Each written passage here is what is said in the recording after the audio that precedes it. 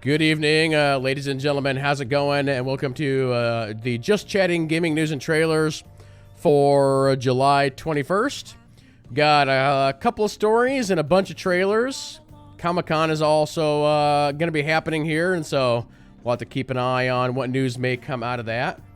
But let's go ahead and start with a bit of Ubisoft news. It's kind of a weird day for Ubisoft. They announced just a bunch of random stuff, most of it not good.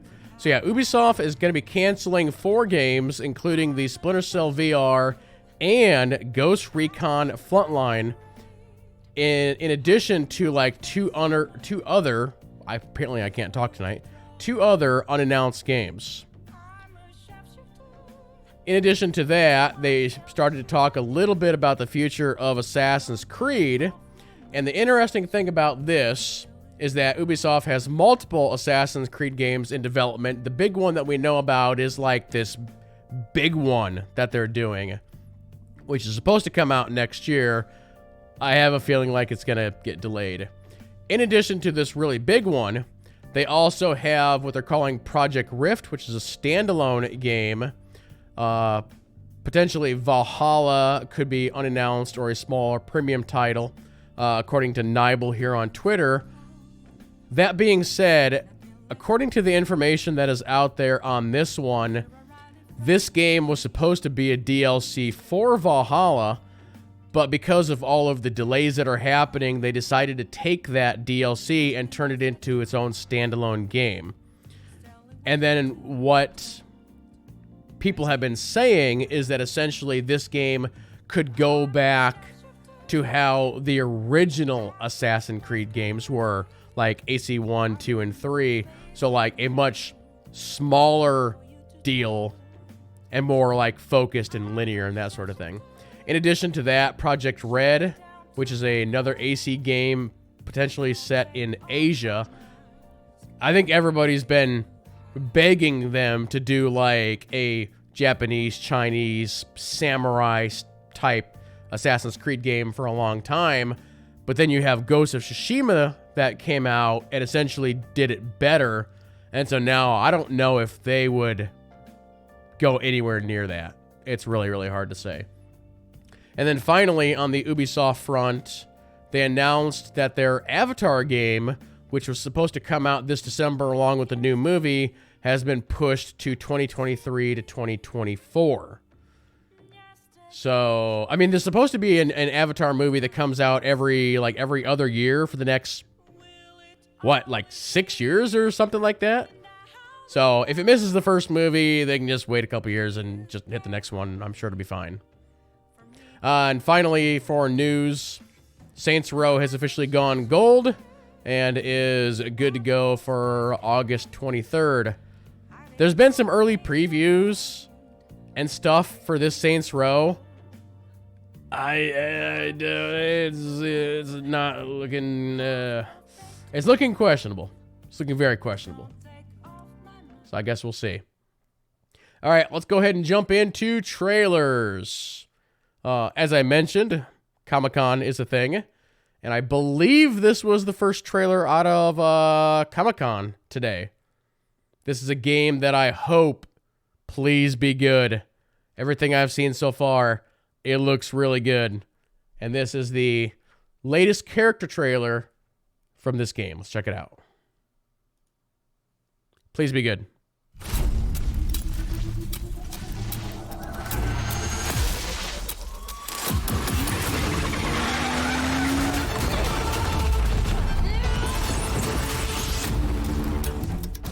If there's one thing I've learned about Gotham City, it's that people need symbols. Something to believe in.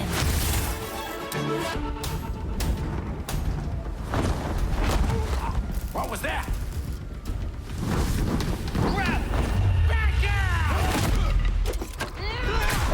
I think I'm either going to play this game as Robin or Batgirl. Not sure which yet.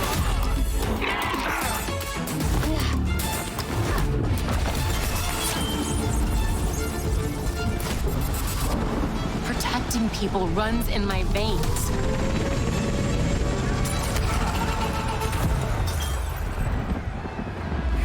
Take it out!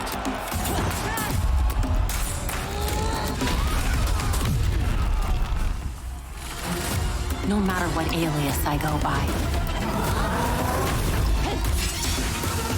That's who I am.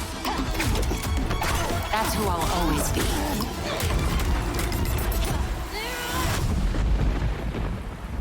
Gotham has called. Jim Gordon dead. And I have answered.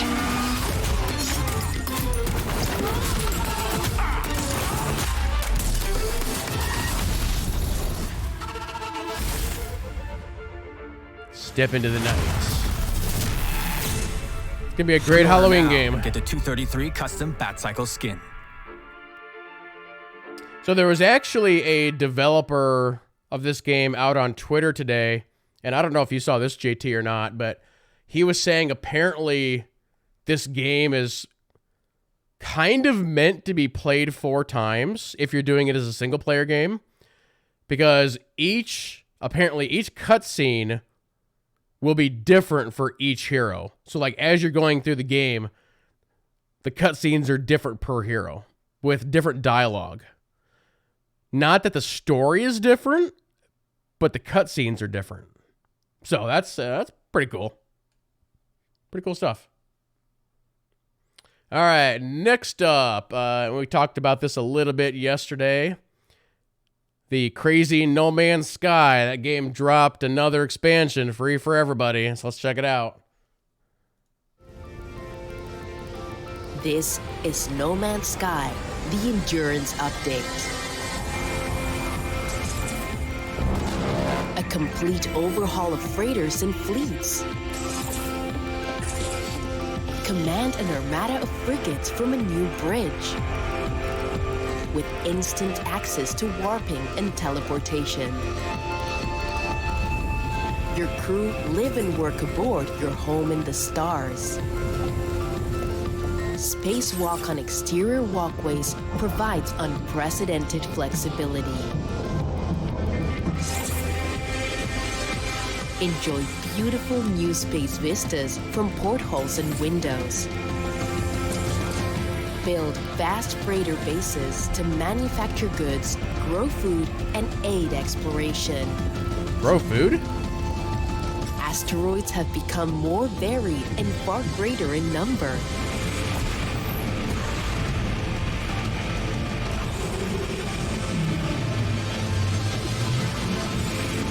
Yeah, they made a lot of changes to this game.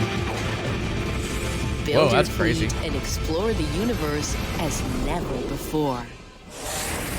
Yeah, Our there's journey no Man's Sky. continues. That game has gotten full crazy. You can do so much now. Absolutely crazy.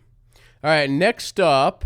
So we already had one Turtles game, but there's actually another Turtles game coming out. Kind of. Let's take a look. Rated T for teen.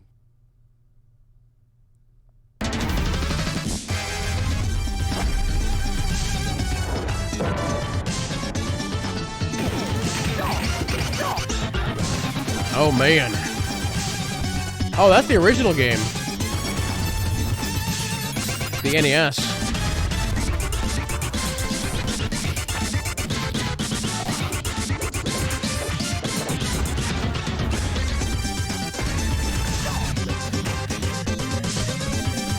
Oh, them swimming levels, oh, those were bad.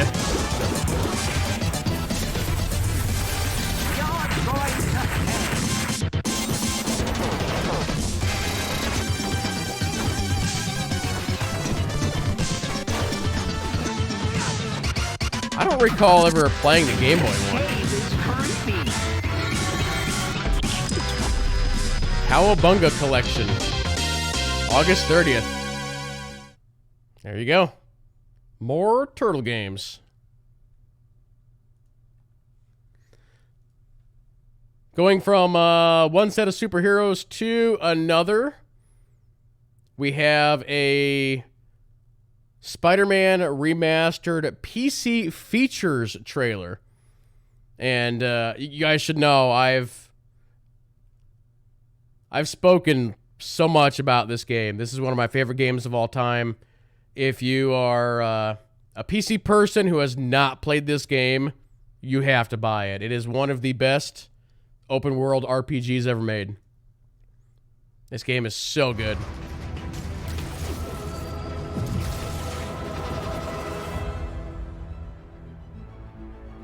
The city is in danger. It needs our help. All of our help. All right, well, call the play, coach.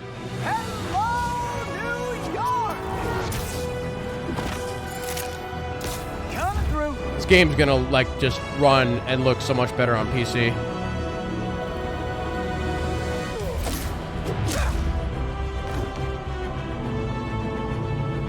Ultra wide.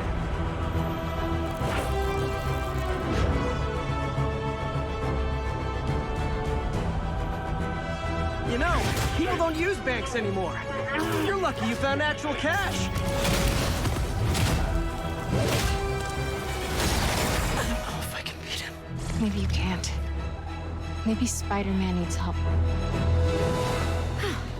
Guess I gotta play harder to get. I actually never did that DLC. I feel like maybe. Get more backup. And lock down the airspace. You have to learn to swallow that Parker pride and accept that you're human, like the rest of us.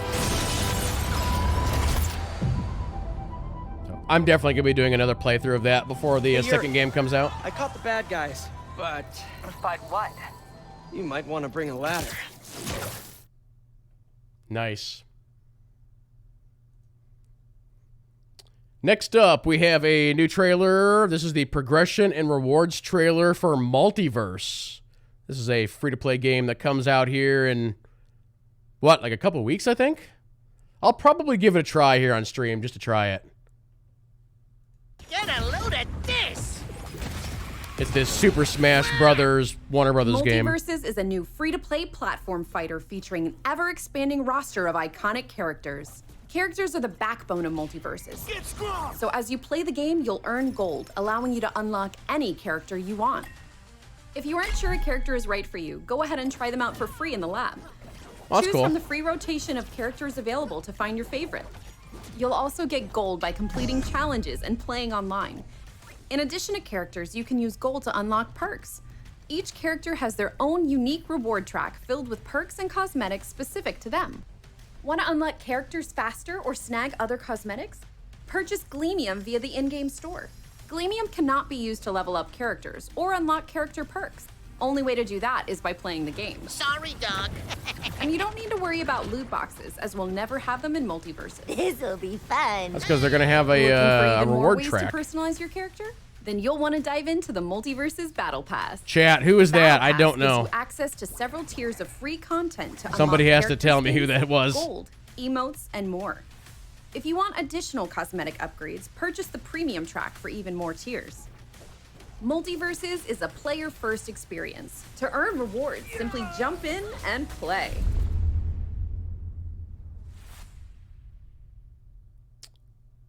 Open beta early access, July 19th. It's happening right now. All right, 2 more trailers. We have us another Dragon Ball game. I don't think I've heard of this one. Dragon Ball The Breakers. Let's take a look.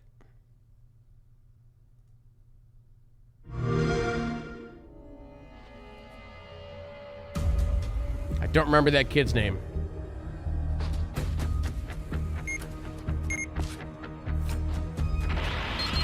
That's supposed to be Gohan?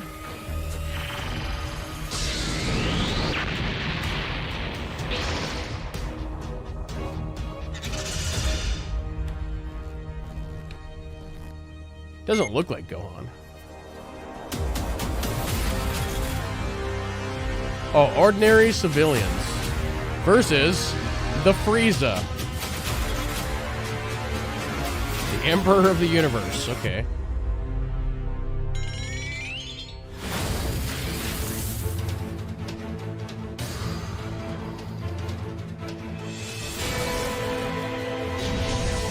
I recognize some of those people.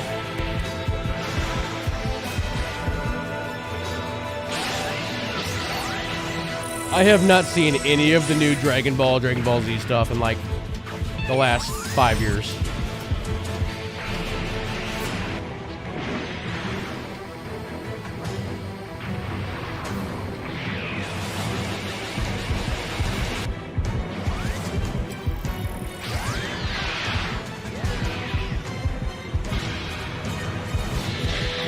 I feel like my Dragon Ball knowledge is rusty.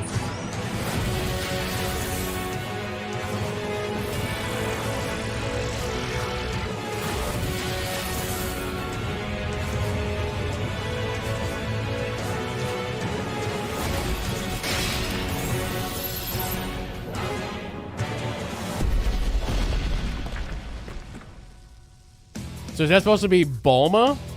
The pig guy?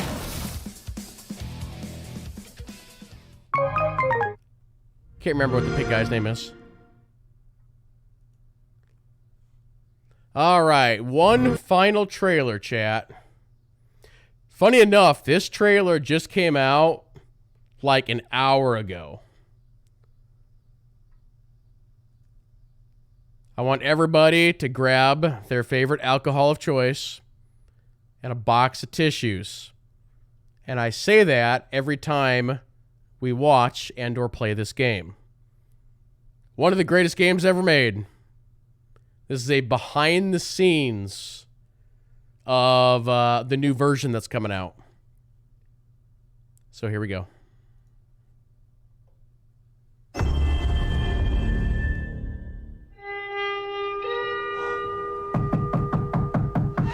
I'm coming.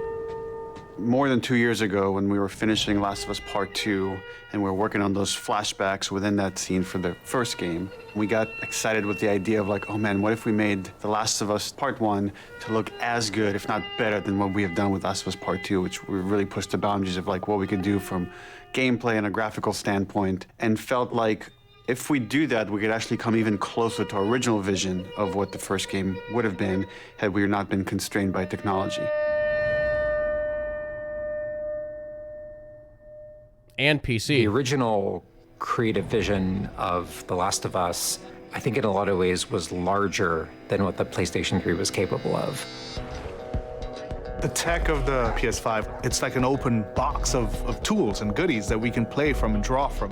The 4K, HDR, improved haptics, 60 frames, help us to reimagine The Last of Us. It gave us opportunities to rebuild our characters at the highest fidelity. Not only are the characters more detailed, I mean down to the irises and the pupil depth. You know, you fall into the eyes of the characters. Aside from that, the facial animation is just way more believable. Like all the nuances, all the little subtle reactions, glances, glares, right? Like you get all of it almost closer to sort of the original performances. So no matter what, you stick to me like glue. Like glue. Like glue. Got it. Good.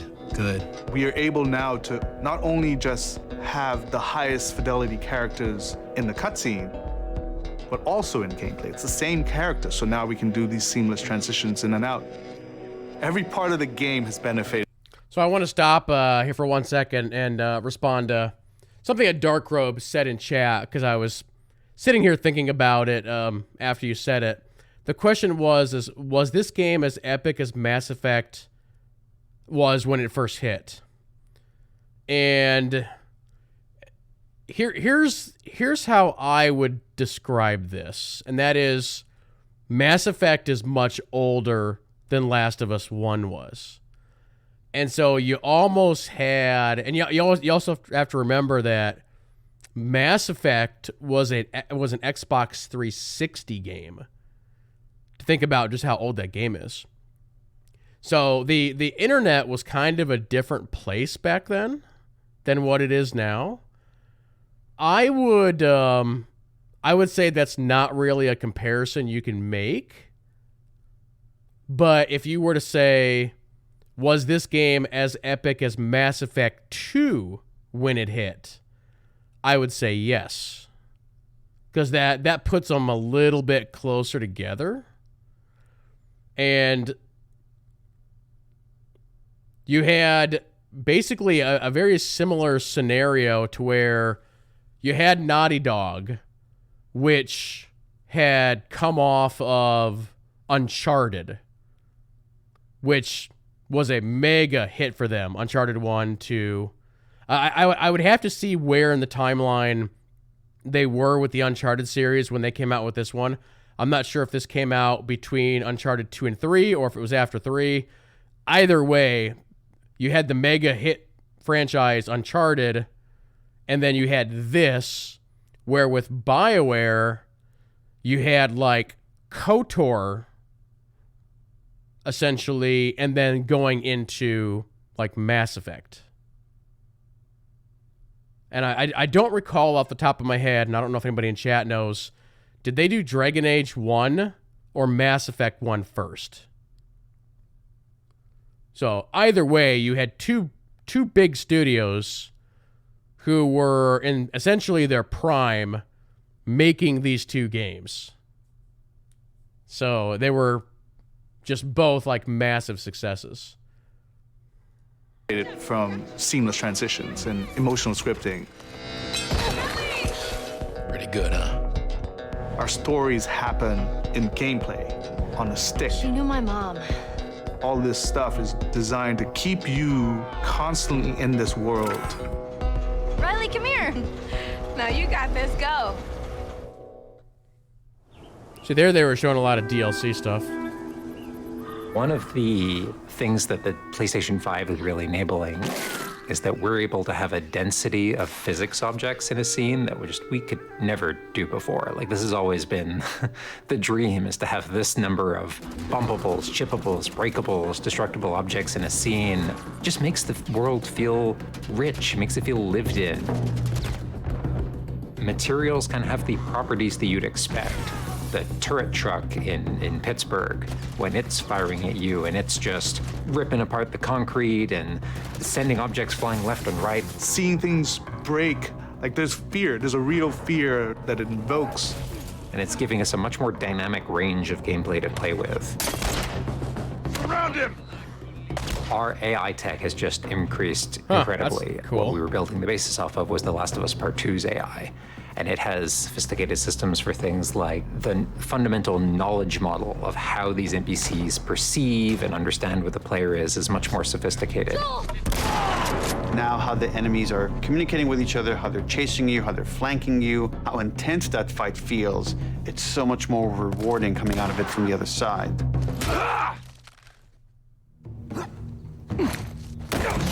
Get out! One of the other big AI improvements is the buddies. The buddies technology that we developed for The Last of Us Part 2 has this very sophisticated understanding of like, okay, this is where the enemies can see their exposure.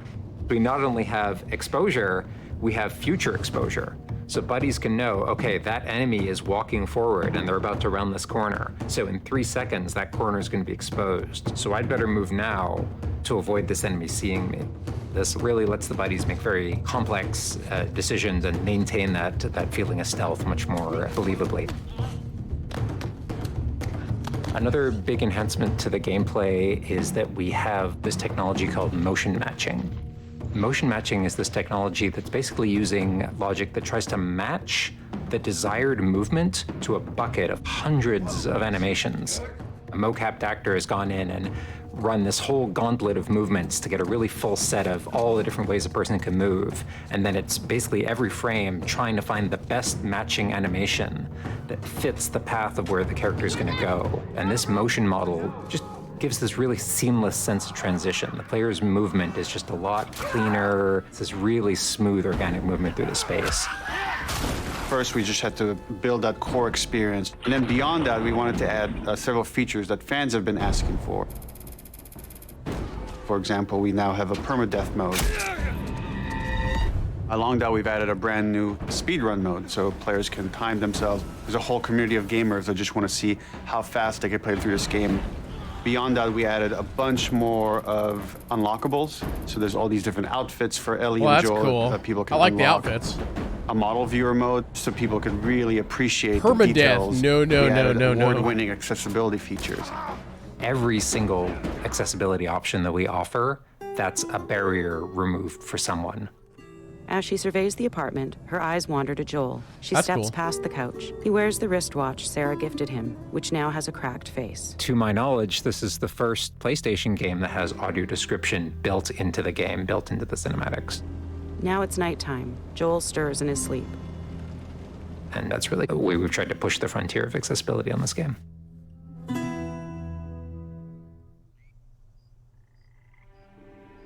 So much of the identity of The Last of Us is the world. We revamped completely the art direction. You know, everything from these expansive vistas that not only are they beautiful, but you feel the environments. You feel the environments in a much more visceral way. The rooftops overlooking the Capitol building, for example, like just the breath of fresh air when you go up there and you just like, you feel that sort of release in tension. And then, you know, to juxtapose that down in the tunnels in Wilds, and you get that dank, flooded tunnel feel, that humidity, you can actually feel it. All these environments are just completely reimagined. Now we got our engine on the PS5, those haptics, the 3D audio, the fast loading. It really creates a much more immersive, and because of that, much more emotional experience. One of the things I absolutely love with the 3D audio in The Last of Us Part 1 is being able to hear an enemy before they sneak up on you. And trying to do a stalker fight with the 3D audio is just so much fun. You're hearing them skitter around in a different room, and you're hearing them trying to get up behind you.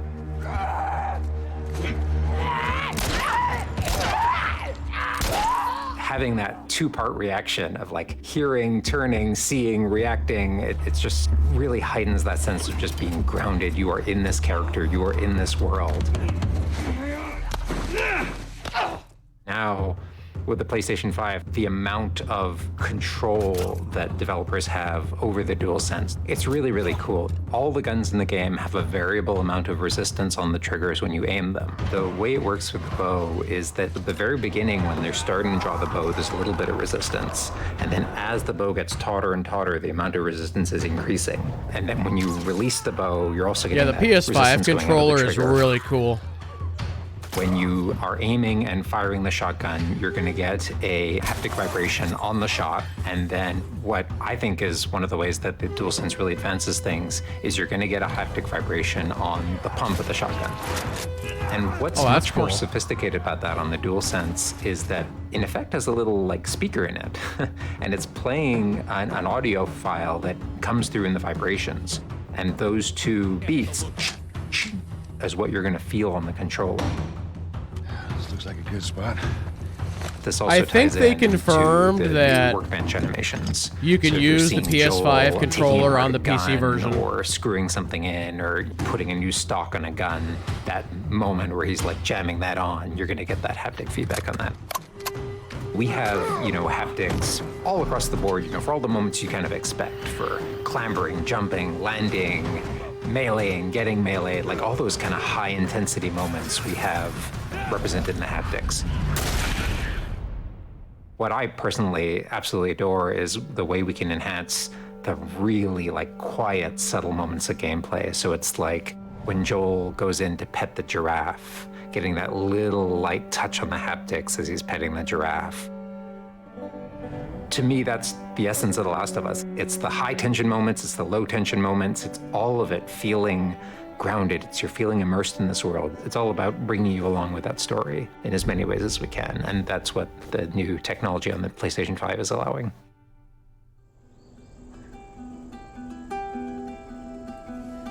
So is that everything you hoped for? Jury's still out. There's something special about that core experience of playing as Joel and Ellie on this journey. Then to take that experience and really honor it and keep the authenticity of it, but elevate it in every way possible, whether it's pipeline, whether it's art direction, whether it's a technology, everything that allows us to make that experience better. Not different, extremely better. That's why, to me, this is the definitive way to play The Last of Us.